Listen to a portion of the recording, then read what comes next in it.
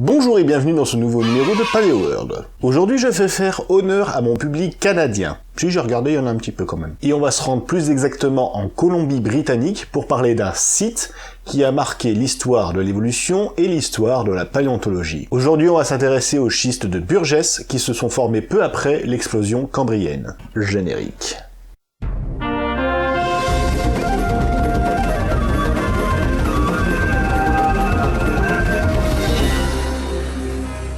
Les schistes sont des roches dites métamorphiques puisqu'elles se sont formées à partir de roches déjà existantes qui ont subi des températures et des pressions qu'on ne retrouve pas en surface. Malgré cela, les fossiles que la roche-mère contenait peuvent être préservés. C'est le cas au mont Burgess, au Canada, avec les schistes dits de Burgess. Ça veut dire bourgeois en français, Burgess, mais ça on s'en fout à la limite. Aux œufs. Ces schistes sont datés d'approximativement 500 millions d'années et se sont formés au Cambrien, au Paléozoïque. Préalablement à la découverte de ce site, la faune du Cambrien était considérée comme petite, insignifiante et peu diversifiée. Mais c'est grâce notamment à ce gisement que fut identifié pour la première fois Anomalocaris. Avant la découverte de fossiles complets, les appendices buccaux, préhensibles, avaient été identifiés vers 1892 comme de probables abdomens de crevettes. Et les restes de sa bouche avaient été attribués à une espèce de méduse étrange car percée d'un trou. Donc grosso modo une tranche d'ananas fossilisée quoi. Il faudra attendre 1985 pour s'apercevoir que tous ces éléments sont en fait connectés et appartiennent à un seul et même animal. Il s'agit d'un arthropode de près d'1 mètre de long qui possédait notamment des yeux et qui inventa le concept de super prédateur. En effet, Anomalocaris était un prédateur, mais comme il ne craignait aucun autre animal, il se plaçait tout en haut du sommet de la chaîne alimentaire. Et là, pour éviter de prendre les écologistes dans la tronche, il faut bien avoir à l'idée que ce qu'on appelle chaîne alimentaire n'est pas une ligne, ou même ne serait-ce qu'une montagne avec à la base des petites bestioles sans intérêt et en haut un gros bestiau qui bouffe tous les autres. L'environnement doit être vu comme un ensemble d'animaux ayant des liens les uns entre les autres.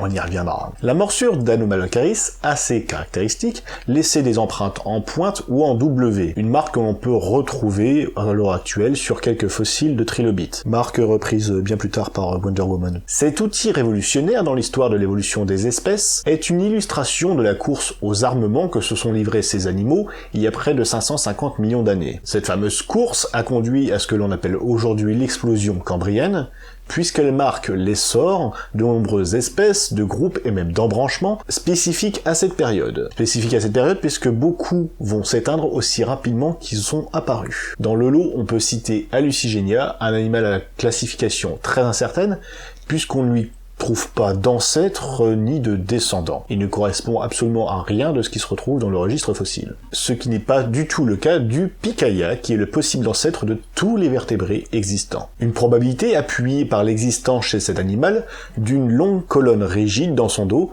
qui serait l'ancêtre de notre actuelle colonne vertébrale. Bon, vu comme ça, c'est vrai qu'on dirait plutôt une limace de mer. Hein. De nos jours, on peut encore rencontrer Amphoxius ou Branchiostoma, qui dans sa forme simple nous évoque bien un ancêtre lointain. Il porte également une corde le long de son dos, possède un système nerveux assez simple puisqu'il ne possède pas de cerveau, et ne se nourrit qu'en filtrant l'eau autour de lui. On sera donc tenté d'attribuer tous ces caractères également à Pikaia. Et on s'interroge encore aujourd'hui sur les causes qui ont permis à cet animal déjà de survivre dans un environnement hostile, mais en plus d'être l'ancêtre d'un des groupes les plus représentés sur la planète à l'heure actuelle. À moins que cette position, au bas de la chaîne alimentaire, ne soit justement le moteur de son évolution, justifiant par la pression environnementale la sélection des individus les plus aptes à survivre. Sustus, Altus, Fortus, et justifiant donc de sa formidable évolution. Merci d'avoir regardé cette vidéo jusqu'au bout, j'espère qu'elle vous aura plu, qu'elle sera facile à comprendre. Comme toujours, Twister, Boniface et Tipé. N'oubliez pas de partager la vidéo et de laisser un petit pouce bleu, ça fait toujours plaisir. Sur ce, moi je vais vous laisser et je vous dis à la prochaine dans une future vidéo. À dans 2 semaines,